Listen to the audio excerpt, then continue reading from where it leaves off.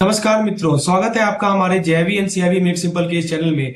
दोस्तों, ये हमारा टर्बो कोर्स का एक सीरीज है जो कि जेआईबी पीपीबी के लिए हम लोग शुरुआत कर रहे हैं। दोस्तों, ये एक हमारा हाई स्पीड रिवीजन होगा और ऑब्वियसली हमारा टारगेट रहेगा टॉप मार्क्स, यानी 50 प्लस तो आना ही आना है यदि आप इस सीरीज को सही तरीके से देखते हैं।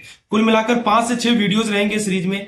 आज हम लोग यूनिट 1 से लेकर यूनिट 7 तक जितने भी इंपॉर्टेंट पॉइंट्स हैं उसको बुलेट फॉर्मेट में आपको प्रोवाइड किया जाएगा। उसके बाद उस पर एमसीक्यूज करवाया जाएगा।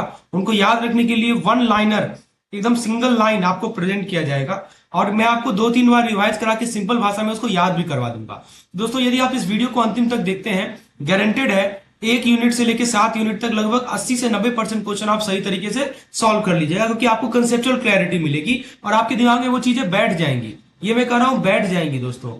तो बैठ जाएंगी मतलब आपको आपको हमेशा अपने बैंकिंग लाइफस्टाइल में, बैंकिंग जो आपका डेली है बैंकिंग में, उसमें भी आपको हेल्प मिलेगा और साथ ही साथ एग्जामिनेशन में तो हेल्प मिलेगा ही मिलेगा। चलिए बिना देरी किए हुए शुरुआत करते हैं अपने पहले कंसेप्ट के साथ। तो हम एक इंटरेस्टिंग कंसेप्ट समझने वाले हैं, बैंक एज अ ट्रस्टी। नाम थोड़ा टेक्निकल लगता है पर कंसेप्ट बहुत सिंपल है।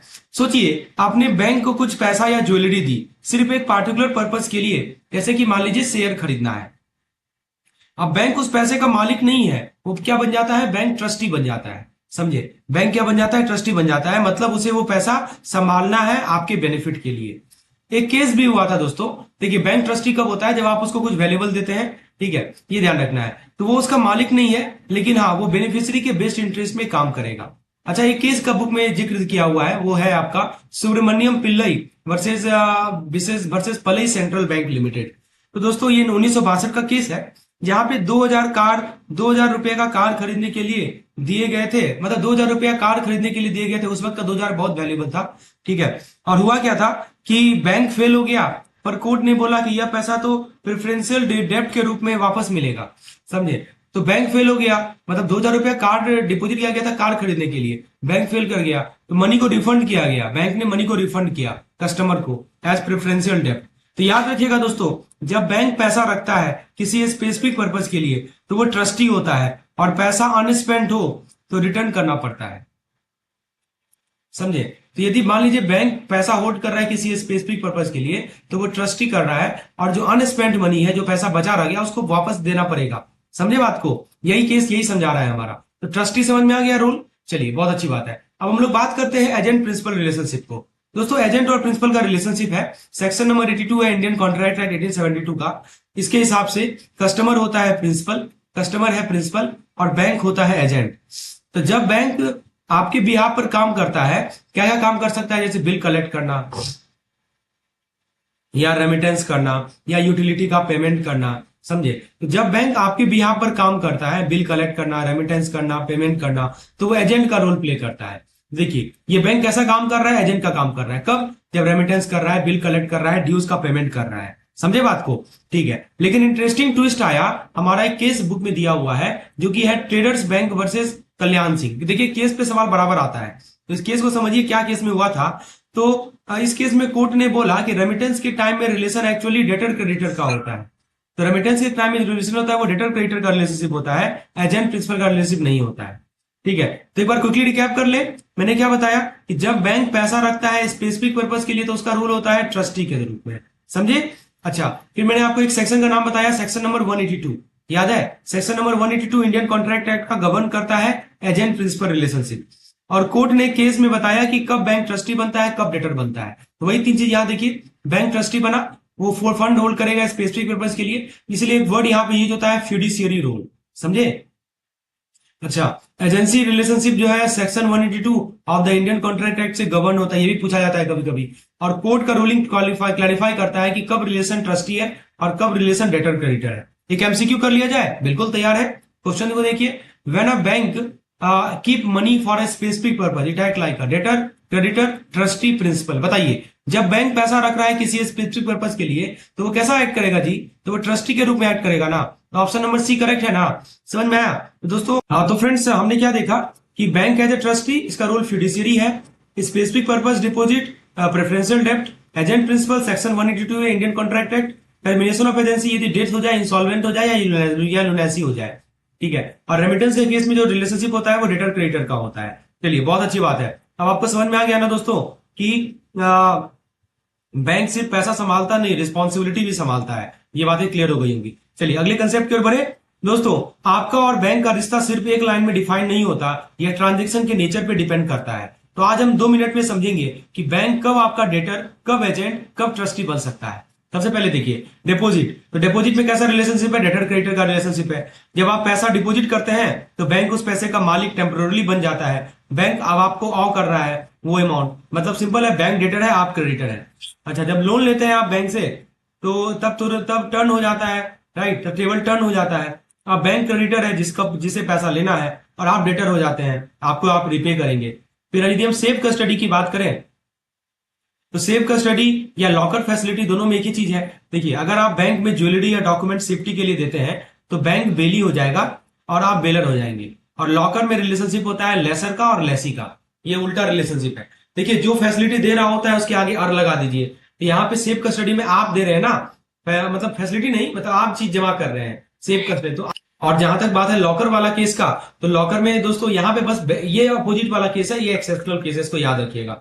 यदि हम बात कर लें चेक कलेक्शन, बिल पेमेंट और रेमिटेंस की, तो दोस्तों देखिए, यहाँ पे बैंक आपके बिहाफ में काम करता है, तो बैंक एक एजेंट की तरह काम कर रहा है और आप बनते हैं प्रिंसिपल। तो यहाँ पे जो एजेंट प्रिंसिपल रिलेशनशिप है, याद है ना, सेक्शन नंबर 182, अभी मैंने आपको ऊपर बताया था, ठीक है, वो उसके अंदर आता है। फिर दोस्तों कुछ हमारा मान लीजिए कि स्पेसिफिक पर्पज या मिस्टेकन डिपॉजिट, कभी कभी पैसा एक पार्टिकुलर काम के लिए दिया जाता है, जैसे शेयर खरीदने के लिए, तो बैंक क्या बन जाता है? ट्रस्टी, मैंने आपको पहले बताया था। कस्टमर बन जाता है बेनिफिशियरी। कुछ हमारा सिक्योरिटी ट्रांजैक्शन होता है, जैसे प्लेज, मॉर्गेज, हाइपोथिकेशन। तो यहाँ पे रिलेशनशिप डिपेंड करता है कि सिक्योरिटी के टाइप पे। यदि मॉर्गेज है तो मॉर्गेजी मॉर्गेजर, ठीक है, तो यदि प्लेज है तो प्लेजर प्लेजी हो जाएगा। समझे बात को? तो दोस्तों याद रखिएगा कि रिलेशनशिप हमेशा बदलता है, वो डिपेंड करता है कि ट्रांजेक्शन का टाइप क्या है। एजेंट प्रिंसिपल जो है रेमिटेंस में राइज करता है, चेक कलेक्शन में राइज करता है, जब रेमिटेंस कर रहे हैं, चेक कलेक्शन कर रहे हैं, बिल पेमेंट कर रहे हैं। अच्छा, एक केस दिया हुआ है trader bank versus Kalyan Singh, draft purchase किया गया। रेमिटेंस के केस में जो बताया था कि रिलेशनशिप होता है डेटर क्रेडिटर का, ठीक है। तो एक सवाल है, when a customer deposit money in the bank become, तो कस्टमर डिपॉजिट कर रहा है तो बैंक डेटर हो जाएगी और कस्टमर क्रेडिटर हो जाएगा। सिंपल सा लॉजिक है, ठीक है। तो दोस्तों हमने क्या सीखा यहां से? देखिए, डिपॉजिट है तो डेटर क्रेडिटर, लोन है तो क्रेडिटर डेटर, सेफ कस्टडी है तो बेली बेलर, लॉकर है तो लेसर लेसी, चेक वाले केस में एजेंट प्रिंसिपल, प्लेज हाइपोथिकेशन में सिक्योरिटी रिलेशनशिप होता है। समझ में आया दोस्तों? चलिए, तो कब डेटर होगा, कब क्रेडिटर होगा, इस सवाल बराबर आता है। और दोस्तों आपको मैं बता दूं कि यदि पीपीबी के आप कैप्सूल कोर्स की कंटेंट देखना चाहिए, ऐसा कंटेंट चाहिए, ऐसा आपको यदि पीडीएफ चाहिए, इसके अलावा दोस्तों यदि आप एक कंटेंट की आपको एक ऐसा कंटेंट चाहिए यहाँ पे आपको इस प्रकार के शॉर्ट नोट्स मिले और मैक्सिमम टाइम आप एमसीक्यूज और केस स्टडी पे दें प्रैक्टिस करने के लिए, तो दोस्तों हमारा कैप्सूल कोर्स यही पर्पस फुलफिल करता है। आपको इस प्रकार के शॉर्ट नोट्स मिलते हैं और शॉर्ट नोट्स को आप 30% समय देंगे और 70% समय देंगे क्विजेस को। क्विजेस हमने बना रखे हैं, लगभग 150 से ऊपर क्विजेस है। पर क्विजेस में 200 लगभग 20 क्वेश्चन है, लगभग मान लीजिए 3000 से 4000 क्वेश्चन का सेट है। यदि आप उसको प्रैक्टिस करते हैं दोस्तों, एक एक बुक की एक एक कवर लाइन से कवर किया गया है, निश्चित रूप से आप उसको डबल बार अटेम्प्ट करेंगे, आपको फायदा मिलेगा। एग्जामिनेशन में आप बिल्कुल कॉन्फिडेंटली जा पाएंगे और अच्छे से अटेम्प्ट कर पाएंगे। देर किस बात की दोस्तों, व्हाट्सएप करें हम इस नंबर पे और तुरंत का तुरंत अभी कैप्सूल कोर्स प्राप्त करें। तो दोस्तों अब हम बात करते हैं कुछ मनी के टाइप्स की। तो सबसे पहले दोस्तों यहाँ पे देखिए, पॉकेट में कैश नहीं पर फिर भी फ्री में shopping, credit card, debit card, charge card, prepaid card, इन्हीं को तो कहते हैं प्लास्टिक मनी। चलिए 2 मिनट में इनके टाइप को समझते हैं सिंपल शब्दों में। तो प्लास्टिक मनी याद रखिए क्या होता है, कैशलेस पेमेंट टूल होते हैं। तो कार्ड के साथ पैसा आपके अकाउंट या क्रेडिट लाइन से आता है, कैश नहीं आता। तो दोस्तों याद रखिएगा पहला जो टाइप है वो है चार्ज कार्ड। चार्ज कार्ड में क्या होता है कि इसमें कोई प्रीसेट लिमिट नहीं होती, पर हर मंथ फुल पेमेंट करनी पड़ती है। डिले हुआ तो लेट फी लगेगा, नो पार्शियल पेमेंट ऑप्शन, ठीक है। कोई लिमिट नहीं होती है लेकिन आपको full bill payment due monthly payment करना पड़ता है, लेट फी और डिले। क्रेडिट कार्ड क्या होता है कि बैंक आपको एक लिमिट देती है, चार्ज कार्ड में कोई लिमिट नहीं है, बैंक आपको लिमिट सैंक्शन करती है। आप चाहे तो बिल का एक हिस्सा अभी अभी भरें, बाकी पे इंटरेस्ट लगेगा। इजी है लेकिन इंटरेस्ट का ध्यान रखिएगा। इसमें एक मिनिमम अमाउंट ड्यू का कंसेप्ट होता है, हम लोग डिस्कस करेंगे रिटेल बैंकिंग में, एक पूरा चैप्टर ही है क्रेडिट कार्ड पे। डेबिट कार्ड की बात कर लें तो दोस्तों डेबिट कार्ड जो है हमारा पता ही होगा, ट्रांजेक्शन के टाइम पैसा तुरंत आपके सेविंग या करंट अकाउंट से कट जाता है। फिर एटीएम कार्ड होता है, तो एटीएम कार्ड से क्या होता है कि एटीएम से कैश निकालना, तो आजकल डेबिट कार्ड के साथ मर्ज हो गया है ये। तो प्रीपेड कार्ड क्या होता है, प्रीपेड कार्ड दोस्तों पहले से पैसा लोड कीजिए और फिर खुद या किसी को भी यूज करने दीजिए, शॉपिंग के लिए या कैश विड्रॉल के लिए, इसी को बोलते हैं प्रीपेड कार्ड। फिर एक होता है हमारा को ब्रांडेड कार्ड। को ब्रांडेड कार्ड में क्या होता है कि देखिए, एक तरफ होते हैं हमारे बैंक और दूसरे होते हैं हमारे रिटेलर, समझे। तो बैंक और रिटेलर का ज्वाइंट कार्ड है, स्पेंडिंग पे रिवार्ड मिलेगा, डिस्काउंट मिलेगा या पॉइंट्स मिलते हैं, तो इसको बोलते हैं को ब्रांडेड कार्ड, समझे। तो याद रखिएगा दोस्तों, प्लास्टिक मनी के कारण क्या हुआ है कि कैश डिपेंडेंसी कम हुई है, राइट, और ज्यादा से ज्यादा डिजिटल ट्रांजेक्शन हो रहा है। चार्ज कार्ड और क्रेडिट कार्ड अलग अलग चीज है। यहाँ पे एक फुल पेमेंट है, यहाँ पार्सल पेमेंट है। क्रेडिट कार्ड में आप पार्सल पेमेंट कर सकते हैं, ठीक है, इसको मिनिमम अमाउंट ड्यू बोलते हैं। और को ब्रांडेड कार्ड दोस्तों शॉपिंग पे एक्स्ट्रा रिवार्ड होता है, उसको को ब्रांडेड कार्ड बोलते हैं। दोस्तों एक सवाल है, which of the following card require full payment of dues every month. दोस्तों आपको आपको पता होगा कि चार्ज कार्ड में आपको फुल पेमेंट देना पड़ता है हर एक महीना, जबकि क्रेडिट कार्ड में नहीं होता, ऐसा होता है आप मिनिमम अमाउंट ड्यू पे कर दीजिए तो फिर काम बन जाएगा, समझे, लेकिन आपको बाकी पे इंटरेस्ट देना पड़ेगा आगे। तो बातें समझ में आ रही है कि चार्ज कार्ड क्या होता है, आगे आगे हम लोग बात करते हैं। तो हमारा जो नेक्स्ट कंसेप्ट है, राइट, हाँ, तो ये बातें समझ में आ गई। तो हमने क्या क्या सीखा कि चार्ज कार्ड में आपको फुल पेमेंट देना है, यहाँ देखिए लिखा है फुल पेमेंट देना है। क्रेडिट कार्ड में आपको रिवॉल्विंग क्रेडिट देना है। डेबिट कार्ड में आपका इंस्टेंट डेबिट होगा। एटीएम कार्ड से कैश विड्रॉल होगा। और जो प्रीपेड कार्ड होता है उसमें प्री लोडेड वैल्यू होता है। वो ब्रांडेड कार्ड आपका पार्टनर रिवार्ड करता है। ये सब पॉइंट को ध्यान रखना है। चलिए आगे बात करते हैं, हम लोग अगले स्लाइड की ओर बढ़ते हैं और यहाँ पे हम लोग डिस्कस करेंगे। दोस्तों आजकल बैंक सिर्फ डिपॉजिट और लोन नहीं बल्कि एक वन स्टॉप फाइनेंशियल शॉप बन गया है। चलिए 2 मिनट में समझते हैं कि कैसे बैंक आपको ट्रेडिंग, इन्वेस्टिंग और इंश्योरेंस सब एक साथ प्रोवाइड करता है। तो बैंक का गोल क्या है दोस्तों? बैंक का गोल है कस्टमर को कन्वीनियंस देना। यहाँ पे देखिए लिखा गया है, पहला लिखा है कस्टमर कन्वीनियंस, उसके बाद अपनी रेवेन्यू बढ़ाना, और तीसरा है चीज की डीपर मार्केट रीच, मतलब मार्केट रीच डीप करना। कैसे ये पॉसिबल हुआ? तो दोस्तों रेगुलेटरी रिलैक्सेशन ने बैंक को अलॉट किए कैपिटल मार्केट और इंश्योरेंस प्रोडक्ट बेचने के लिए। जो रेगुलेटरी रिलैक्सेशन हुआ ताकि बैंक जो है कैपिटल मार्केट का प्रोडक्ट और इंश्योरेंस सेक्टर का प्रोडक्ट बेच सकता है। तो इसके मेजर प्रोडक्ट कौन कौन से हैं? तो पहला है डीमैट अकाउंट। तो बैंक अपने डिपॉजिटरी पार्टिसिपेंट स्टेटस या टाई अप से देता है, ठीक है। तो डीमैट अकाउंट कैसे देता है bank? By tie up with the depository participant DP और as DP itself, demat account. दूसरा होता है ट्रेडिंग अकाउंट। ट्रेडिंग अकाउंट क्या है? स्टॉक ब्रोकर के साथ टाई अप होता है, ठीक है। फिर एक होता है हमारा 3-in-1 अकाउंट, लिखा है ना, tie up with stock broker. 3-in-1 account में क्या होता है? इसमें डीमैट भी आएगा, इसमें ट्रेडिंग भी आएगा, इसमें सेविंग या करंट अकाउंट भी आएगा, समझे। मतलब एक ही प्लेटफॉर्म पे आप इन्वेस्ट और ट्रेड कर सकते हैं। फिर होता है हमारा mutual fund, life, health, vehicle insurance. इसमें क्या होता है? Life, health, vehicle, house insurance के टायर के माध्यम से होता है। दोस्तों हमने क्या सीखा अभी, मैं फिर से रिकॉल कर दूं आपको कि जो थर्ड पार्टी प्रोडक्ट होते हैं वो जो बैंक के लिए है वो एक्स्ट्रा फी बेस्ड इनकम होता है। यहाँ लिखा है ना, फी बेस्ड इनकम होता है। 3-in-1 अकाउंट में आपको बैंकिंग आएगा, ट्रेडिंग आएगा और इन्वेस्टिंग आएगा, ठीक है। बैंक जो है इंटरमीडिएटरी की तरह काम करता है, प्रोडक्ट ऑनर की तरह काम नहीं करता। तो सवाल है कि 3-in-1 अकाउंट क्या क्या ऑफर करता है? डीमैट, ट्रेडिंग और saving account. Please remember it, ये पूछा जाता है कि 3-in-1 का क्या मतलब है, समझे बात को। तो दोस्तों हमने क्या सीखा यहां से कि देखिए पर्पस क्या है बैंकिंग का? वन स्टॉप फाइनेंशियल सर्विस के रूप में। बैंक का रोल यहाँ पे इंटरमीडिएटरी के रूप में होता है। रेवेन्यू टाइप फी बेस्ड इनकम है। की प्रोडक्ट है 3-in-1 अकाउंट। 3-in-1 में क्या क्या आता है? ट्रेडिंग आएगा, बैंकिंग आएगा और इन्वेस्टिंग आएगा, याद रहेगा, बैंकिंग, इन्वेस्टिंग और ट्रेडिंग। और बैंक इंटरमीडिएटरी की तरह काम करता है, मैंने आपको बताया ही, राइट। और मार्केट लिंक कौन कौन से रेगुलेटरी जो आपका रेस्ट्रिक्शन को हटा दिया गया, तो मार्केट, कैपिटल और इंश्योरेंस सेक्टर को लिंक हो गया। तो दोस्तों नेक्स्ट टाइम जब बैंक में अकाउंट खोलने जाइए, सोचिए एक ही जगह पे पैसा मैनेज करें, स्टॉक बाय करें, म्यूचुअल फंड इन्वेस्ट करें और इंश्योरेंस भी ले लीजिए। तो यही होता है 3-in-1। ट्रेडिंग भी कर सकते हैं, मतलब आप म्यूचुअल फंड वगैरह भी ले सकते हैं, इन्वेस्टिंग भी कर सकते हैं। म्यूचुअल फंड इन्वेस्टिंग को ट्रेडिंग में स्टॉक ब्रोकर होगा और बैंकिंग को जानते ही आप बेसिक, और इंश्योरेंस भी है, तो इसको बोलते हैं ऑल इन वन बैंकिंग। चलिए आगे बात करते हैं मनी लॉन्ड्रिंग की। तो दोस्तों सोचिए कि अगर कोई आपका अपना ब्लैक मनी व्हाइट में बनाना चाह रहे हैं या क्लीन मनी को टेररिस्ट एक्टिविटी में यूज करें, दोनों केस में क्या होता है? तो हम 2 मिनट में समझेंगे मनी लॉन्ड्रिंग और टेररिज्म फाइनेंसिंग के सिंपल स्टेजेस। सबसे पहला स्टेज होता है हमारा प्लेसमेंट। प्लेसमेंट में क्या होता है दोस्तों कि सबसे पहले इलीगल पैसा सिस्टम में लाया जाता है, जैसे कई अकाउंट में डिपॉजिट करना। मतलब जो इलीगल पैसा है ना उसको सिस्टम में लाया जाता है, जैसे आपने डिपॉजिट कर दिया मल्टीपल अकाउंट में, ये इसका बेस्ट तरीका है। दूसरा पेमेंट के बाद आता है लेयरिंग। लेयरिंग का मतलब आप पैसा इधर उधर ट्रांजेक्शन से घुमाया जाता है ताकि सोर्सेस ट्रेस ना हो। तो कंसील द सोर्स, मतलब पैसा को हम इधर उधर घुमा रहे हैं, समझे, बहुत सारे ट्रांजेक्शन करके पैसा को घुमा रहे हैं। पहले तो इंटर किए फाइनेंशियल सिस्टम में, फिर पैसा को घुमा रहे हैं।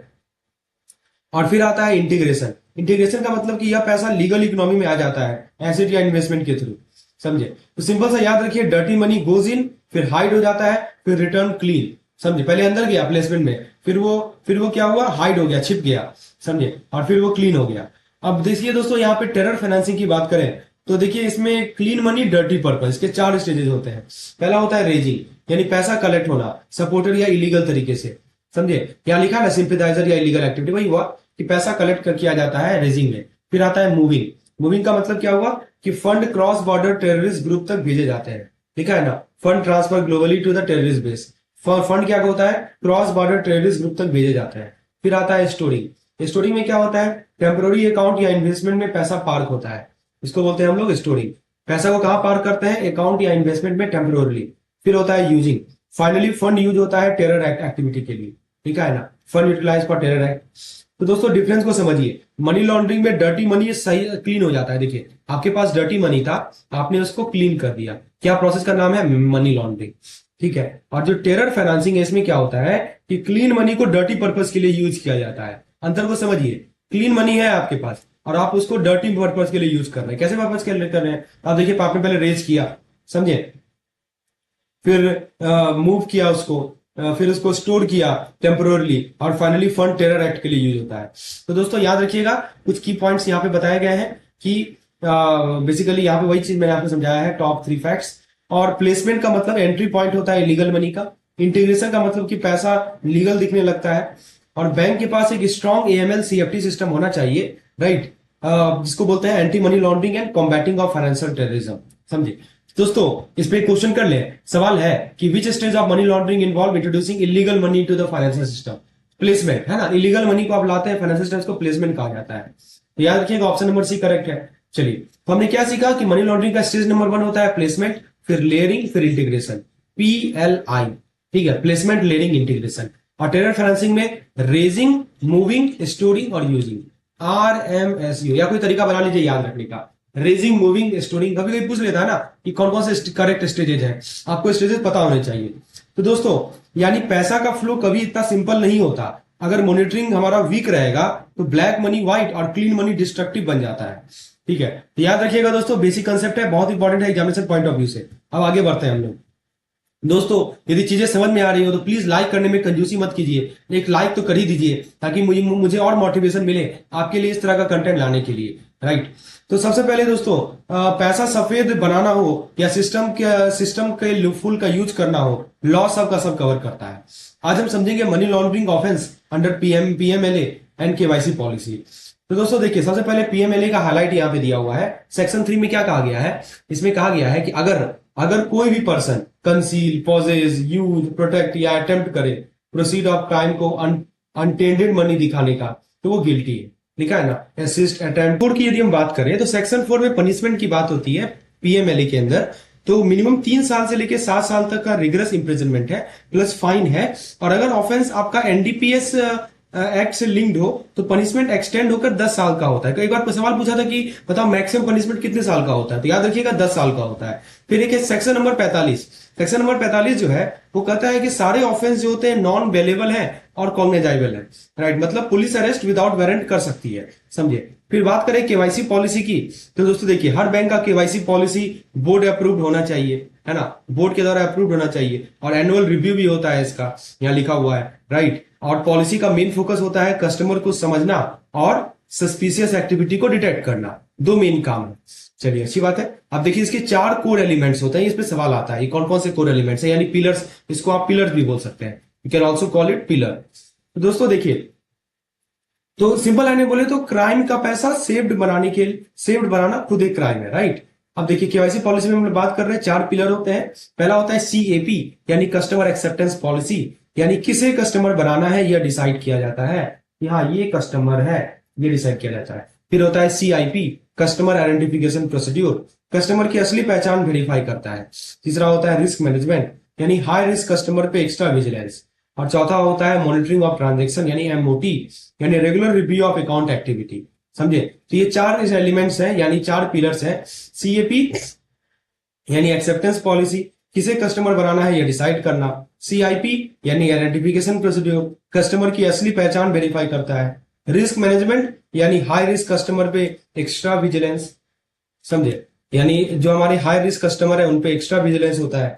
फिर मॉनिटरिंग ऑफ ट्रांजेक्शन में हमारा रेगुलर रिव्यू होता है अकाउंट एक्टिविटी का। अब एक चीज याद रखिएगा कि जो प्रिंसिपल ऑफिसर होते हैं, राइट, वो क्या करते हैं, वो इंश्योर करते हैं कि यह पॉलिसी हमेशा अपडेटेड रहे और रेलेवेंट रहे, राइट। तो हम एक बार क्विकली रिकैप कर ले की पॉइंट्स को। मैंने क्या बताया कि जो सेक्शन 3 है हमारा पीएमएलए का, याद रखिएगा, वो ऑफेंस को डिफाइन करता है। सेक्शन 4 पनिशमेंट डिफाइन करता है। यही सब बहुत इंपॉर्टेंट पॉइंट है। सेक्शन 3 ऑफेंस को डिफाइन करता है, सेक्शन 4 दोस्तों पनिशमेंट के बारे में बताता है, और सेक्शन नंबर 45 बोलता है कि नॉन वेलेबल है। समझे? अच्छा, एनडीपीएस आपको मैंने बता दिया, एनडीपीएस ये लिंक है तो पनिशमेंट 10 साल का हो जाता है। समझे? और केवाईसी के 4 पिलर है, सीएपी, सीआईपी, रिस्क मैनेजमेंट और एमओटी। याद रहेगा? चलिए क्वेश्चन का जवाब दीजिए जल्दी से। पीएमएलए के अंदर मनी लॉन्ड्रिंग का पनिशमेंट 10 साल तक बढ़ जाता है यदि किससे लिंक हो, banking regulation, FEMA, NDPS. Yes, NDPS act से लिंक हो 10 साल तक पनिशमेंट बढ़ सकता है। ठीक है, चलिए तो हमने क्या सीखा? पीएमएलए का सेक्शन नंबर 3 किससे रिलेटेड है? ऑफेंस से रिलेटेड है। सेक्शन नंबर 4 किससे रिलेटेड है? पनिशमेंट 3 से 7 साल या मैक्सिमम अप टू 10-10 साल तक। पीएमएलए का सेक्शन नंबर 45 किससे रिलेटेड? बोलता है कि ये नॉन वेलेबल है और पॉर्नेजाइबल है। फिर बोलता है कि केवाईसी पॉलिसी बोर्ड अप्रूव होना चाहिए और एनुअल रिव्यू होना चाहिए। केवाईसी का एलिमेंट बताया, सीएपी, सीआईपी, रिस्क मैनेजमेंट और एमओटी। याद रहेगा ना जी? Very good. और रिस्पॉन्सिबल किसकी किसकी रिस्पॉन्सिबिलिटी है? तो प्रिंसिपल ऑफिसर की जिम्मेदारी है। Very good. चलिए दोस्तों, यानी पैसे का सोर्स और कस्टमर का आइडेंटिटी दोनों क्लीन रहना चाहिए। तो क्लीन मनी, क्लियर बैंकिंग, ये मोटो है। चलिए आगे बात करें दोस्तों। बैंकिंग वर्ल्ड में पैसा सिर्फ आता जाता नहीं बल्कि हर मूवमेंट पे नजर भी रखी जाती है। आज समझते हैं वो 4 इंपॉर्टेंट रिपोर्ट जो बैंक को, एफआईयू, आईएनडी को भेजनी पड़ती है ताकि फाइनेंशियल सिस्टम सेफ रहे। तो दोस्तों देखिए दोस्तों, सीटीआर, अगर मान लीजिए कोई सिंगल कैश ट्रांजैक्शन 10 लाख से ज्यादा हो या सिमिलर नेचर के ट्रांजैक्शन मिलके 1 महीने में 10 लाख को क्रॉस कर रहे हैं तो रिपोर्ट बनती है। इसका रिपोर्ट का नाम होता है कैश ट्रांजैक्शन रिपोर्ट, सीटीआर। ठीक है, तो दोस्तों इसमें क्या होता है कि डिपॉजिट या विड्रॉल दोनों काउंट होते हैं। ठीक है, ऐसा नहीं खाली आप डिपॉजिट ही देखें, दोनों काउंट होके 10 लाख से ज्यादा यदि ज्यादा हो रहा है 1 महीने में तो उसका रिपोर्ट भेजा जाता है, चाहे वो कैश हो, सिंगल हो या सीरीज हो। समझे? एक होता है हमारा सीवीडब्ल्यूटीआर यानी cross border wire transfer report. समझे? तो जब किसी भी डायरेक्शन में इंडिया से या भारत में 5 लाख से ज्यादा का वायर ट्रांसफर होता है तो बैंक को यह रिपोर्ट फाइल करनी पड़ती है। सिंपल सी बात है, ट्रांसफर यदि 5 लाख से ज्यादा का हो तो वहां पे वायर ट्रांसफर हो, विदेश में हो या भारत में आ रहा हो तो वो उसका रिपोर्ट फाइल करना पड़ता है। एक होता है एनटीआर यानी नॉन प्रॉफिट ऑर्गेनाइजेशन रिपोर्ट। मतलब अगर कोई रजिस्टर्ड एनजीओ 10 लाख से ज्यादा रिसीव करता है तो रिपोर्ट आपका मैंडेटरी है। समझे? कोई रजिस्टर्ड एनजीओ है, वो 10 लाख से ज्यादा का मान लीजिए रिसीव कर रहा है, उसको मिल रहा है तो रिपोर्ट करना ही करना है। इसका क्या पर्पज है? इसका पर्पज है कि आप फंड का मिसयूज को रोकिए अंडर द चैरिटेबल कवर। फिर एक होता है सीसीआर यानी काउंटरफिट करेंसी रिपोर्ट। ये क्या बोलता है कि जब भी फेक नोट मिले तुरंत सीसीआर फाइल होता है। समझे? जितने भी काउंटरफिट रिपोर्ट है सबको सब रिपोर्ट करना है। अब यदि पेनल्टी की बात कर ले दोस्तों तो नॉन कंप्लायंस के कारण क्या होगा? देखिए, अगर बैंक रिपोर्ट टाइम पे नहीं भेजता है तो एफआईयू, आईएनडी क्या क्या दे सकता है? तो पहले तो वार्निंग देगा, फिर बोलेगा कि ये करेक्टिव एक्शन लो, और फाइन 10,000 से लेकर 1 लाख तक पर वायलेशन लगा सकता है। समझे? याद रखिएगा डिले का हर दिन अलग वायलेशन काउंट होता है। मैंने अभी आपको क्या क्या बताया कि रिपोर्ट एफआईयू, आईएनडी को जाता है जो कि होता है financial intelligence unit India under PMLA या पीएमएलआर। ठीक है, और रिपोर्ट कौन कौन सा है? सीटीआर है, सीवीडब्ल्यूटीआर है, एनटीआर है और सीसीआर है। प्रत्येक दिन का डिले जो है सेपरेट वायलेशन माना जाता है, और आरबीआई और एफआईयू, आईएनडी दोनों पेनलाइज कर सकते हैं। बस याद रखिएगा हर सस्पिशियस या लार्ज ट्रांजैक्शन बैंक के रिकॉर्ड में सेफ होती है क्योंकि फाइनेंशियल ट्रांसपेरेंसी ही बैंकिंग की बैकबोन है। चलिए एक सवाल का जवाब दीजिए जल्दी से। Which report cover cross border transfer exceeding 5 lakh where origin destination is India? तो दोस्तों याद रखिएगा इसको बोलते हैं सीवीडब्ल्यूटीआर, है ना, cross border wire transfer report. तो देखिए हमने क्या क्या आपको बताया, एक बार फिर से रिकॉल कर लीजिए।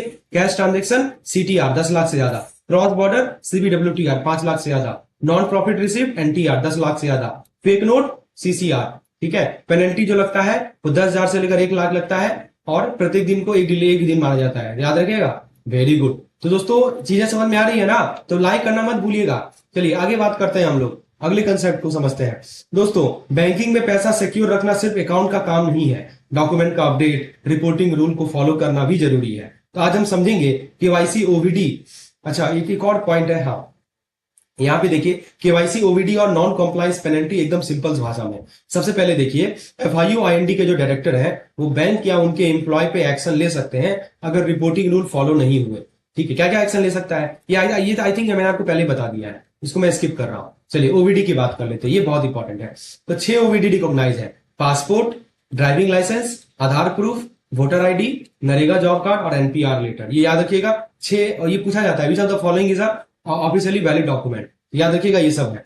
अच्छा, यदि एड्रेस अपडेट नहीं है तो वो टेम्पोररी ओवीडी एक्सेप्ट होता है। देखिए टेम्पोररी ओवीडी एड्रेस प्रूफ में क्या क्या आ सकता है: utility bill less than 2 month, property tax receipt, ठीक है, या pension payment order PPO with address और एम्प्लॉयमेंट अलॉटमेंट लेटर। ये सब आप यदि एड्रेस अपडेटेड नहीं है तो ये सब आप ले सकते हैं टेम्पोररी ओवीडी के रूप में, ठीक है। और अपडेटेड ओवीडी विथ करंट एड्रेस 3 महीने के अंदर देना मैंडेटरी। ये 3 महीना याद रखिएगा, पूछा जाता है कि आपने चलिए अभी तो काम चला लिया लेकिन 3 महीने के अंदर आपको अपडेटेड ओवीडी देना जरूरी है करंट एड्रेस के साथ। अच्छा, कुछ स्पेशल केस है, जैसे मान लीजिए कि फॉरेन नेशन है तो वहां पे सरकार का डॉक्यूमेंट फ्रॉम फॉरेन कंट्री और एम्बेसी और मिशन लेटर को एक्सेप्ट किया जाता है, समझे। और यदि मान लीजिए नाम में बदलना है तो आप ओवीडी दिखाइए पुराने नाम का, मैरिज सर्टिफिकेट दिखाइए, या गेजेटेड नोटिफिकेशन एक्सेप्ट किया जाता है।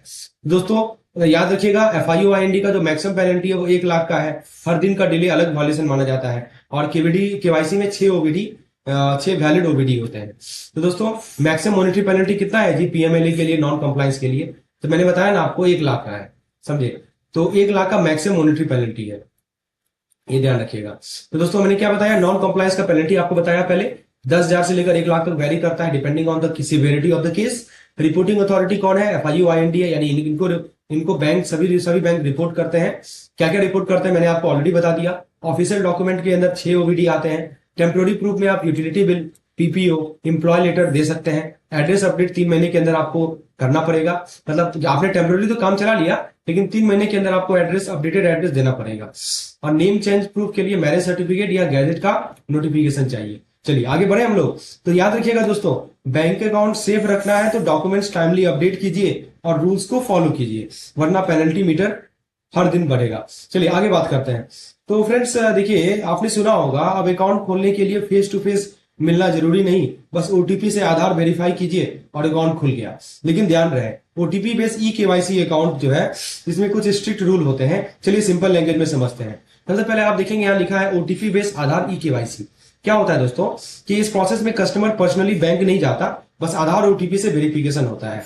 तो इसमें लिमिट है। लिमिट क्या है कि डिपॉजिट लिमिट क्या है कि अकाउंट में टोटल बैलेंस मिनिमम मैक्सिमम जो 1 लाख हो सकता है। क्रेडिट लिमिट क्या है कि ये देखिएगा कि साल भर में टोटल क्रेडिट जो है 2 लाख से ज्यादा नहीं हो सकता, मतलब 2 लाख तक ही अलाउड है टोटल क्रेडिट साल भर में। और लोन लिमिट भी क्या है कि केवल सिर्फ टर्म लोन मिलता है, वो भी 60,000 रुपया पर ईयर, उससे ज्यादा नहीं।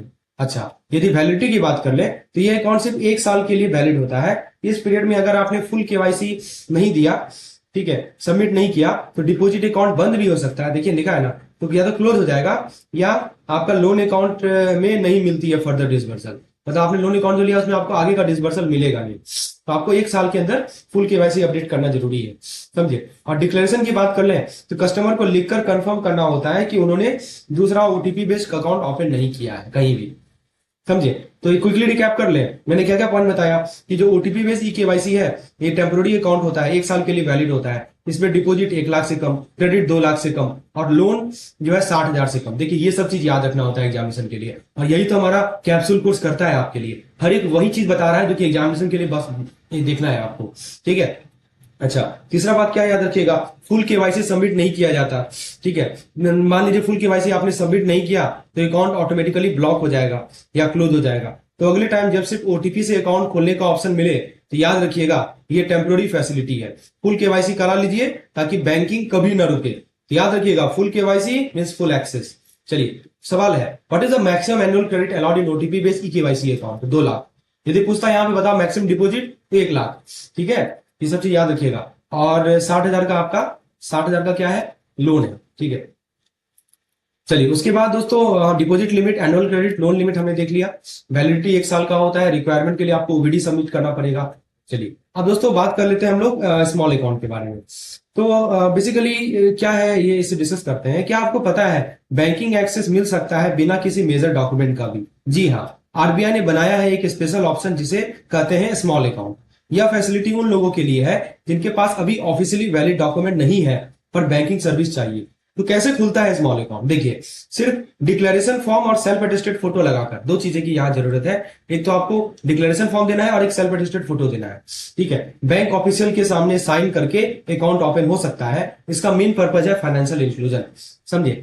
तो यानी कि बैंकिंग सभी तक पहुंचे। इसमें भी लिमिट देखिए, इसका लिमिट क्या है? तो क्रेडिट है 1 लाख, वो लिमिट अलग था, ये लिमिट अलग है। क्रेडिट है, ये एनुअल क्रेडिट है 1 लाख तक ही। विड्रॉल जो है, मंथली विड्रॉल 10,000 तक का है। बैलेंस जो है मैक्सिमम 50,000 तक हो सकता है। और फॉरेन रेमिटेंस अलाउड नहीं है। तो गवर्नमेंट सब्सिडीज या वेलफेयर क्रेडिट, ये सब लिमिट काउंट नहीं होती, सब इसको लिमिट में काउंट नहीं किया जाता। मान लीजिए गवर्नमेंट ने क्राउन कुछ ग्रांट दिया, वेलफेयर क्रेडिट आया, तो उसको लिमिट में काउंट नहीं किया जाता है, ठीक है। तो याद रखिएगा, आपको ओबीडी यानी ऑफिशियली वैलिड डॉक्यूमेंट जो है 12 महीना के अंदर देना जरूरी है। अगर नहीं दिया तो 24 महीने में अकाउंट रिलैक्सेशन रिव्यू होगा, समझे। 12 महीना में दीजिए, नहीं तो अकाउंट रिलैक्सेशन, जो रिलैक्सेशन आपको छूट दिया गया है उसको दोबारा रिव्यू किया जाएगा 24 महीने में। तो क्या क्या पॉइंट बताया, रिकॉल कीजिए। पहले बताया आपको स्मॉल अकाउंट उनके लिए है जिनके पास ओबीडी नहीं है। लिमिट देख लीजिए, क्रेडिट है 1 लाख का, 10,000 का विड्रॉल है, 50,000 का बैलेंस रहेगा, ठीक है। और गवर्नमेंट ग्रांट को एक्सक्लूड किया जाता है, फॉरेन रेमिटेंस अलाउड नहीं है, समझिए। तो एक सवाल देख लीजिए, which of the following is true for small account? Can receive foreign remittance? No. No limit on withdrawal, गलत है। 10,000 का लिमिट है per month. Annual credit capped at 1 lakh, हाँ ये गलत है। क्रेडिट 1 लाख थोड़ी है। ओबीडी नॉट रिक्वायर्ड, नहीं, ओबीडी तो चाहिए ही चाहिए, 1 साल के बाद ओबीडी चाहिए, ठीक है। जिनके पास डिफाइंड लिमिट है, तो लिमिट देख लीजिए फिर से। क्रेडिट है 1 लाख का, विड्रॉल है 10,000 का, बैलेंस है 50,000 का। ओबीडी टाइमलाइन है 12 से लेकर 24 महीने में आपको ओबीडी देना ही देना है। मतलब कब से? अकाउंट खुलने से। चलिए दोस्तों, तो कहने का मतलब क्या हुआ कि अगर किसी के पास अभी डॉक्यूमेंट नहीं है तो स्मॉल अकाउंट से बैंकिंग एक्सेस मिलता है, पर लिमिट और टाइमलाइन याद रखिएगा। Banking for all. दोस्तों, आज बैंकिंग वर्ल्ड पूरा डिजिटल हो चुका है। अब अकाउंट खोलने के लिए ब्रांच जाने की जरूरत नहीं है। आज समझते हैं कैसे VCIP और CKYCR ने CKYC को स्मार्टर और सेफर बनाया है। देखिए, VCIP यानी video based customer identification process. VCIP का मतलब है डिजिटल ऑनबोर्डिंग। यहाँ पे देखिए लिखा है इन्होंने, डिजिटल ऑनबोर्डिंग मतलब कि एक सेफ लाइव वीडियो प्रोसेस जिससे आरबीआई ने ट्रीट किया है फेस टू फेस वेरिफिकेशन के बराबर, ठीक है ना। फेस टू फेस माना जाता है इसको। तो दोस्तों, इसको किसके लिए यूज किया जाता है? मान लीजिए कोई नया कस्टमर है, या मान लीजिए कि आधार OTP KYC कन्वर्जन करना है, या KYC को अपडेट करना है, तो बैंक को इंश्योर करना होता है कि डेटा आपका इंक्रिप्टेड हो, सर्वर जो इन हाउस हो, जियो टैगिंग हो, लाइवलीनेस डिटेक्ट हो, समझे, कस्टमर का कंसेंट रिकॉर्डेड हो in an auditable tamper proof format, समझे। तो ये सभी चीज ध्यान रखनी होती है। In house server, encrypted data, geo tagging and liveliness detection, ठीक है। सिंपल वर्ड में बोले, live video, secure digital KYC without branch visit. देखिए, होता है CKYCR, जिसको बोलते हैं सेंट्रल KYC रजिस्ट्री। देखिए, यह एक डिजिटल रिपोजिटरी है जिसे सरसई मैनेज करता है। कौन मैनेज करता है? सरसई, ठीक है। इसमें सारे कस्टमर के KYC डिटेल स्टोर होते हैं ताकि हर बैंक को बार बार KYC करना ना पड़े, ठीक है। तो सारे KYC डिटेल को रिकॉर्ड को डिजिटली स्टोर करता है CKYCR, ठीक है। बैंक को डेटा अपलोड करना होता है इंडिविजुअल के लिए 1 जनवरी 2017 के बाद, और जो हमारे लीगल एंटिटीज है उनके लिए 1 अप्रैल 2021 के बाद, ठीक है, और 10 दिन के अंदर, समझे। तो कस्टमर को मिलता है KYC आइडेंटिफायर यूनिक कोड, जो सब बैंक में वैलिड होता है, ठीक है। LEI मिलता है, लीगल आइडेंटिफायर कोड, सब बैंक में वैलिड होता है। तो याद रखिएगा, VCIP क्या है? डिजिटल वीडियो ऑनबोर्डिंग है, फेस टू फेस के बराबर है। सरसई जो हमारा CKYCR है, इसको बोलते हैं सेंट्रल KYC रिकॉर्ड रजिस्ट्री, ये बेसिकली सरसई के द्वारा मैनेज किया जाता है, ठीक है। ये एक सेंट्रल डिजिटल KYC डेटाबेस है। और KYC आइडेंटिफायर क्या होता है? एक यूनिक कोड है, क्योंकि सभी बैंक के लिए सभी बैंक यूज कर सकते हैं, और प्रत्येक कस्टमर का यूनिक होता है। सवाल है, who is authorized to act like a central KYC record registry? तो हमने अभी आपको बताया सरसई को एक्ट करता है CKYCR के रूप में। तो अगले टाइम जब बैंक मान लीजिए अगले टाइम जब बैंक कहे कि सर वीडियो KYC कर लीजिए, तो समझ जाइए यही तो है सिक्योर और फ्यूचर रेडी बैंकिंग का नया फेस। तो दोस्तों, डिजिटल KYC स्मार्ट बैंकिंग, ये स्मार्ट बैंकिंग का तरीका है। हमने क्या सीखा?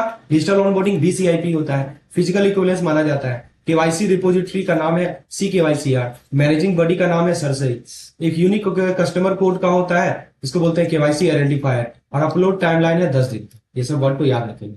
चलिए आगे बात करते हैं दोस्तों सोचिए, एक 10 साल का बच्चा अपना खुद का बैंक अकाउंट ऑपरेट करे। आरबीआई ने माइनर के लिए कुछ क्लियर रूल बनाए हैं जो सिंपल लैंग्वेज में समझते हैं। माइनर यानी कि 18 साल से कम का, as per the Indian majority act 1875। देखिए दोस्तों, इंडियन कॉन्ट्रैक्ट एक्ट के हिसाब से माइनर कॉन्ट्रैक्ट का कॉम्पिटेंट नहीं होता और उस पर लायबिलिटी नहीं होती। यहाँ पे लिखा है साफ साफ, not competent to contract can not be held liable. हाँ, बेनिफिशियरी रोल, माइनर पैसा रिसीव कर सकता है, डिपॉजिट ले सकता है या बेनिफिशियरी बन सकता है। तो ये बेनिफिशियरी बन सकता है, यहाँ लिखा है ना, they can recover money, they can receive deposit, समझे। अच्छा, ये चीज ध्यान रखना है। अकाउंट ऑपरेशन रूल की बात कर लें तो यहाँ पे देखिए क्या लिखा गया है कि माइनर जो 10 साल से ज्यादा का है अपना अकाउंट ओपन कर सकता है, अपना अकाउंट ऑपरेट कर सकता है, लेकिन केवाईसी जो है वो माइनर प्लस गार्जियन दोनों का होगा, समझे। तो माइनर 10 साल के ऊपर का है ऑपरेट कर सकता है और ओपन भी कर सकता है अकाउंट को, लेकिन केवाईसी दोनों का लेना पड़ेगा, गार्जियन का भी लेना पड़ेगा और माइनर का भी लेना पड़ेगा। नेचुरल गार्जियन में फादर या मदर हो सकते हैं, स्टेप पेरेंट नेचुरल गार्जियन में नहीं आते। और क्या क्या फैसिलिटी अलाउड है, ATM, debit card, net banking, overdraft आप नहीं दे सकते, ठीक है। अच्छा, मान लीजिए कि वो मेजोरिटी हो जाता है तो ठीक है, तो मेजोरिटी पे जैसे ही माइनर 18 साल का हो जाता है तो गार्जियन का ऑपरेशन राइट खत्म हो जाता है और कस्टमर से कंफर्मेशन लिया जाता है। तो मैंने क्या बताया कि माइनर कॉन्ट्रैक्ट नहीं कर सकता, समझे, और पर अकाउंट ऑपरेट कर सकता है जो कि 10 साल के ऊपर का माइनर है। ओवरड्राफ्ट माइनर अकाउंट पे नहीं अलाउड है। और जैसे गार्जियन फादर मदर हो सकते हैं, स्टेप पेरेंट नहीं अलाउड है। जैसे मेजोरिटी हो जाएगा तो गार्जियन का ऑपरेशन स्टॉप हो जाएगा, समझे बात को। चलिए, सवाल है, as per RBI guideline a minor account can not be open with whom as natural guardian can be open, step father, step mother, no, mother and yes mother, mother हमारे ये नेचुरल फादर नेचुरल गार्जियन होते हैं, ठीक है। तो याद रखिएगा, as of majority 18 साल का होता है। कॉम्पिटेंसी आपको पता है कि माइनर कॉन्ट्रैक्ट नहीं कर सकता, गार्जियन में फादर मदर होंगे, नेचुरल गार्जियन में अकाउंट ऑपरेशन 10 साल के ऊपर का होगा, ओवरड्राफ्ट नहीं अलाउड है, मेजोरिटी पे गार्जियन जो है ऑपरेशन करना स्टॉप कर देंगे। तो अगले टाइम जब बैंक में माइनर अकाउंट खोले तो याद रखिएगा, सेफ लिमिट, गार्जियन वेरिफिकेशन और फुल राइट जब 18 साल का हो जाएगी तो। चलिए आगे बात करते हैं दोस्तों। एक फैमिली बिजनेस जो पीढ़ी दर पीढ़ी चलता है यही होता है एचयूएफ, यानी हिंदू अनडिवाइडेड फैमिली। इसमें एक स्पेशल हेड होता है जिसे कहते हैं कर्ता। चलिए समझते हैं कौन कर्ता बन सकता है और उसके पावर क्या क्या है। देखिए दोस्तों, एचयूएफ एक फैमिली बिजनेस है जो कि को पार्टनर के द्वारा इनहेरिट किया जाता है, ठीक है ना। फैमिली बिजनेस इनहेरिटेड बाय को पार्टनर। को पार्टनर का मतलब कि family member with ancestral right, है ना। इसको बोलते हैं family member with ancestral right, ठीक है। 2005 के बाद क्या हुआ कि डॉटर जो मैरिड हो गई है या अनमैरिड है वो भी को पार्टनर बन गई 2005 के बाद। अच्छा, कर्ता जो होता है ना वो हेड होता है एचयूएफ का। पहले सिर्फ एल्डेस्ट मेल मेंबर ही कर्ता होते थे, लेकिन दिल्ली हाई कोर्ट में एक केस था सुजाता शर्मा वर्सेस मनु गुप्ता का, तो इसमें डिसाइड हुआ कि नहीं, जो एल्डेस्ट फीमेल है वो भी कर्ता बन सकती है। केस का नाम भी याद रखिएगा, पूछा जाता है इस केस का क्या जजमेंट आया, ठीक है, इसलिए मैंने यहाँ पे लिखा है। इसमें जो भी चीज लिखा है ना एग्जाम पॉइंट ऑफ व्यू से इंपॉर्टेंट है। दोस्तों बात कर ले, देखिए सब कुछ नहीं मैं बता रहा हूँ, जो एग्जाम में रिपीट हुआ है बार बार पिछले 5 एग्जामिनेशन में वही मैं आपको बता रहा हूँ। दोस्तों, कर्ता अकाउंट ऑपरेट करता है, पर अकाउंट ओपनिंग पे सब एडेंट मेंबर को साइन करना पड़ता है। All adult member sign at the account opening, देखिए यहाँ लिखा हुआ है। अच्छा, दूसरी बात क्या है कि कर्ता का पावर क्या क्या है। तो देखिए, कर्ता जो है लोन कर्ता बोरो कर सकता है फैमिली बिजनेस के लिए। सेफेस्ट, अगर सब एडेंट लोन डॉक्यूमेंट को साइन करे तो सबसे बड़ा सेफ रहेगा। कर्ता जो है केवल लीगल नेसेसिटी या एस्टेट के बेनिफिट के लिए एसेट को ट्रांसफर भी कर सकता है। सिंपल लाइन में बोले तो कर्ता का काम होता है फैमिली को रिप्रेजेंट करना और उनके लिए काम हैंडल करना। तो दोस्तों देखिए, 3 फैक्ट को याद रखिए। डॉटर का इक्वल राइट है एज को पार्टनर 2005 के एक्ट में। फिर एल्डेस्ट फीमेल भी कर्ता बन सकती है, दिल्ली हाईकोर्ट का जजमेंट था। फिर हमने बताया कि कर्ता के पास इंप्लाइड पावर है बोरो करने की, समझे। तो दोस्तों सवाल है कि who can act like a karta of HUF, eldest male member only, eldest female member, हाँ ये भी हो सकती है। या ओनली के कारण ये गलत हो गया, ऐसा है नहीं, एनी मैनर में नहीं, माइनर का तो कोई है ही नहीं, फैमिली प्लीज नहीं। दोस्तों याद रखिएगा, एचयूएफ में लीडरशिप जेंडर बेस्ड नहीं कैपेबिलिटी बेस्ड हो गई है। कर्ता चाहे तो मेल हो या फीमेल हो, उसका काम फैमिली के बिजनेस को सही डायरेक्शन में ले जाना है। बोलिए, कर्ता का पावर समझ में आया कि नहीं आया? Very good. तो हमने क्या क्या बताया आपको, फैमिली एंटिटी का नाम है एचयूएफ, हेड ऑफ फैमिली होता है कर्ता, फीमेल को पार्टनर अलाउड है 2005 के बाद, केस का नाम है सुजाता शर्मा वर्सेस मनु गुप्ता। कर्ता का पावर बोरो कर सकता है, ट्रांसफर कर सकता है एसेट को जरूरी पड़ने पर। लायबिलिटी जो है वो लिमिटेड होता है फैमिली शेयर से। चलिए आगे बात करते हैं हम लोग। दोस्तों, बिजनेस पार्टनरशिप में ट्रस्ट और रूल दोनों काफी इंपॉर्टेंट होते हैं, स्पेशली जब बात बैंक अकाउंट की हो। आज समझते हैं कि पार्टनरशिप फर्म का अकाउंट कैसे ऑपरेट होता है और किन सिचुएशन में फ्री हो सकता है। दोस्तों सबसे पहले बात करते हैं रजिस्टर्ड फर्म। अकाउंट खोलने से पहले फर्म का रजिस्ट्रेशन सर्टिफिकेट लेना जरूरी है, ठीक है, रजिस्ट्रेशन सर्टिफिकेट ले लीजिए, ठीक है। पार्टनर अकाउंट अपने नाम से नहीं बल्कि फर्म के बिहाफ पे साइन करते हैं। Partner sign on the behalf of firm, right, अपने नाम से नहीं बल्कि फर्म के बिहाफ पे साइन करते हैं। चेक जो फर्म के नाम पे होता है वो कभी भी किसी एक पार्टनर का पर्सनल अकाउंट में क्रेडिट नहीं होता। जो चेक फर्म को पेबल है उसको आप पार्टनर के अकाउंट में क्रेडिट नहीं कर सकते, याद रखिएगा।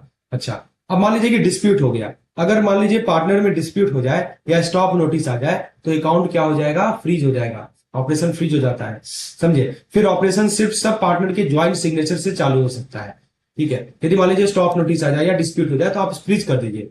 अच्छा, partner as a mutual agent क्या मतलब होता है, देखिए ऐसा है कि अगर पार्टनर में हर पार्टनर चाहे स्लीपिंग पार्टनर हो या सीक्रेट पार्टनर हो दूसरे के लिए एजेंट होता है और फर्म को लीगली बाइंड कर सकता है। तो याद रखिएगा, हर पार्टनर चाहे स्लीपिंग हो या सीक्रेट हो वो दूसरे के लिए बाइंडिंग होता है, दूसरे के लिए एजेंट होता है और फर्म को लीगली बाइंड करता है। एक केस है आपको बता दूं, ये अब्बास ब्रोज और चेतन दास फतेह चंद का है, 1979 का, आपको लिंक में दिया हुआ है, उसमें ये चीज बताया गया है, समझे। यहां देखिए नहीं लिखा हुआ है अब्बास ब्रो, ये कहा गया है कि पार्टनर म्यूचुअल एजेंट होते हैं, हर पार्टनर एक दूसरे के आपस में म्यूचुअल एजेंट होते हैं, राइट, और फर्म को लीगली बाइंड कर सकते हैं।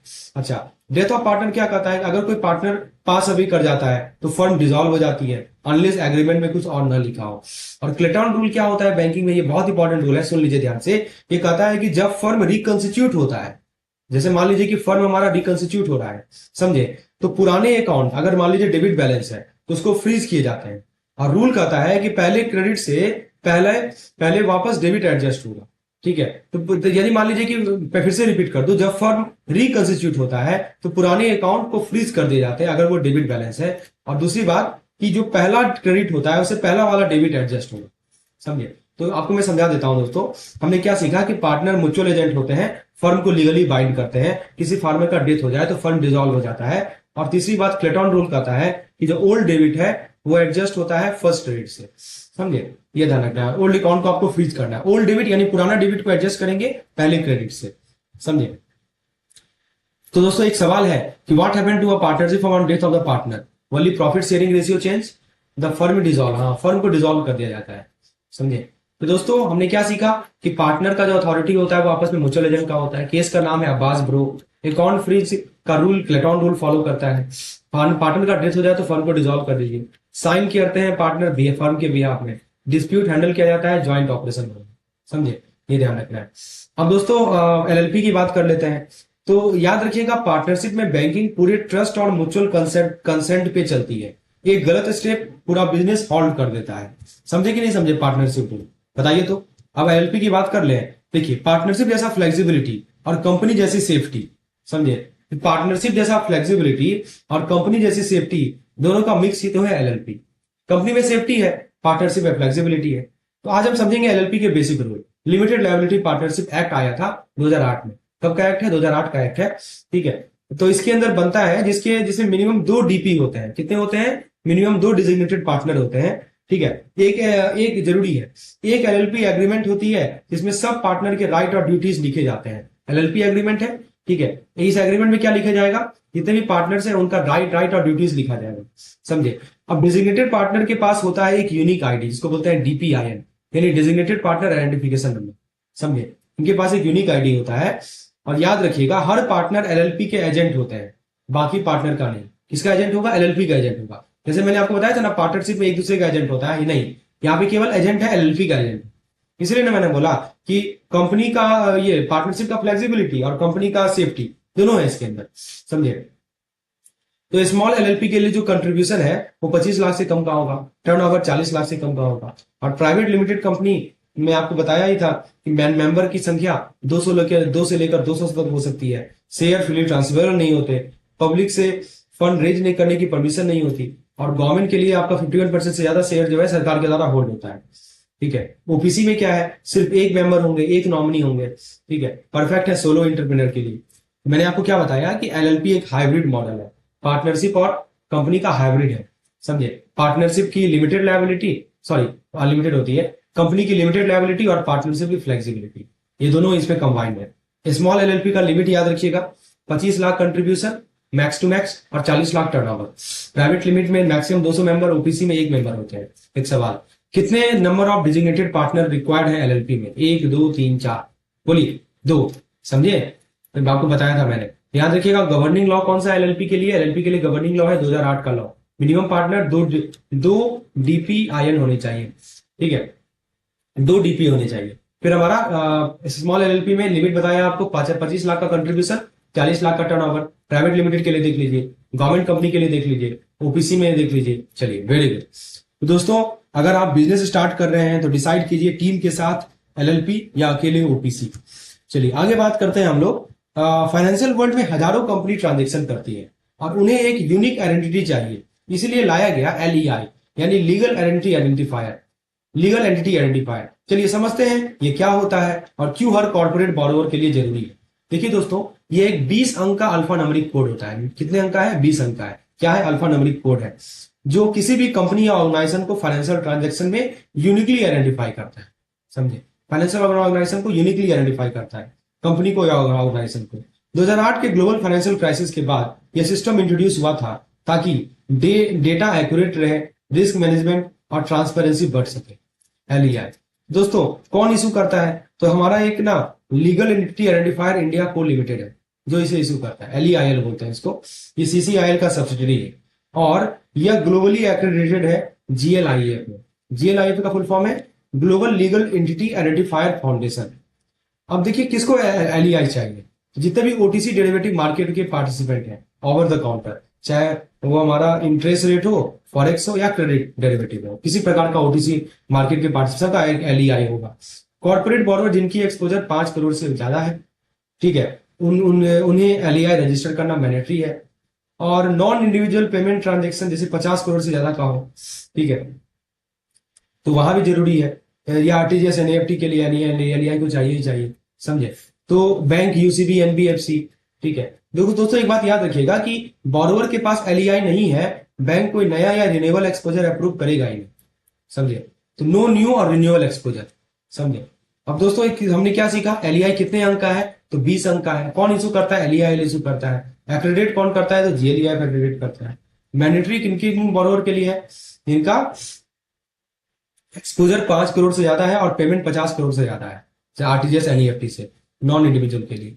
टाइमलाइन जो है 5 करोड़ से 10 करोड़ का एक्सपोजर है, तो आप LEI जो ये तो चलिए ठीक है, वो अलग चीज है। तो LEI कोड कौन इशू करता है? LEI इशू करता है, CCI का सब्सिडरी है। क्या लेंथ होता है इसका?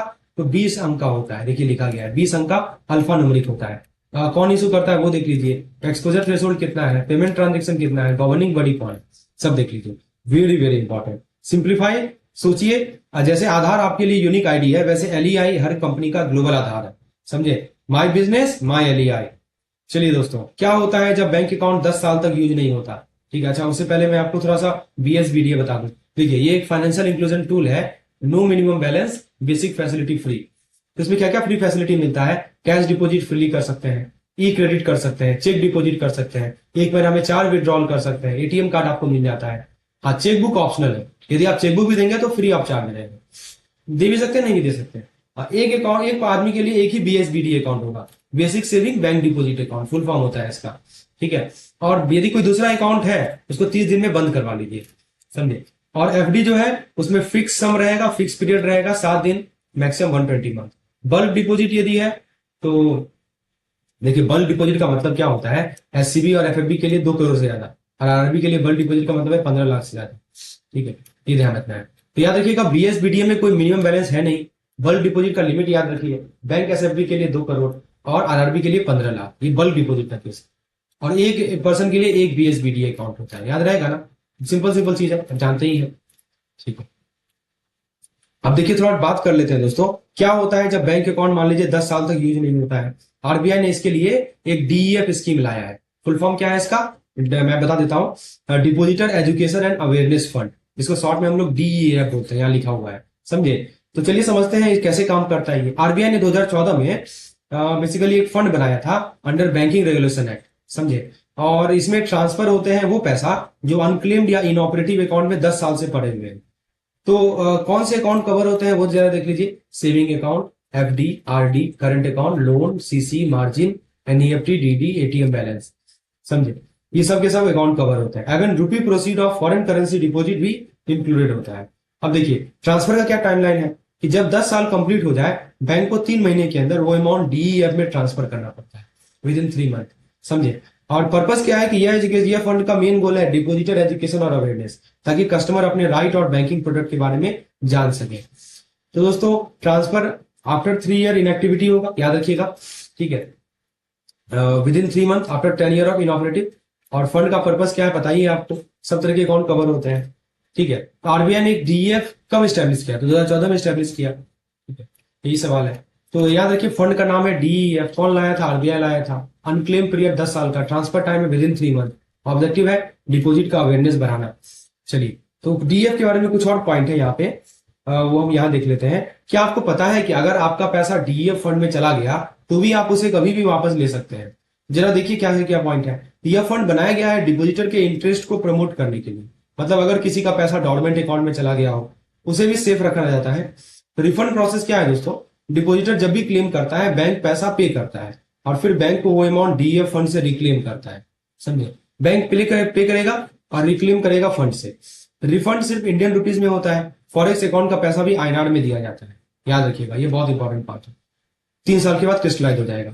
एक बात याद रखिएगा कि अगर अकाउंट 3 साल से इनएक्टिव हो तो फॉरेन करेंसी डिपॉजिट आईएनआर में कन्वर्ट कर दिए जाते हैं, ये बहुत इंपॉर्टेंट पॉइंट है, ठीक है। तो कोई मान लीजिए कोई फॉरेन करेंसी डिपॉजिट है, समझे, तो उसको आईएनआर में क्रिस्टलाइज कर दिया जाता है 3 साल में, ठीक है। और आरबीआई का रूल क्या है कि आरबीआई के रूल के हिसाब से 3% सिंपल इंटरेस्ट पर एनम दिया जाता है इफेक्टिव फ्रॉम। तो डीएफ फंड पे इंटरेस्ट कितना मिलता है, 3% पर एनम, ठीक है। और दोस्तों रिफंड जो होगा वो आईएनआर में ही होगा, मैं पहले बता दिया। पेंशन अकाउंट नॉमिनेशन की बात कर ले तो दोस्तों देखिए, बैंक अकाउंट और पेंशन एरियर के लिए सेपरेट नॉमिनेशन जरूरी है। पेंशनर या उनके स्पाउस ज्वाइंटली होल्ड और नॉमिनेट कर सकते हैं। तो क्विकली रिकैप कर लीजिए की पॉइंट्स को। फॉरेन करेंसी डिपॉजिट है तो उसको आईएनआर में कन्वर्ट कर दिया जाता है 3 साल में, 3 साल के बाद।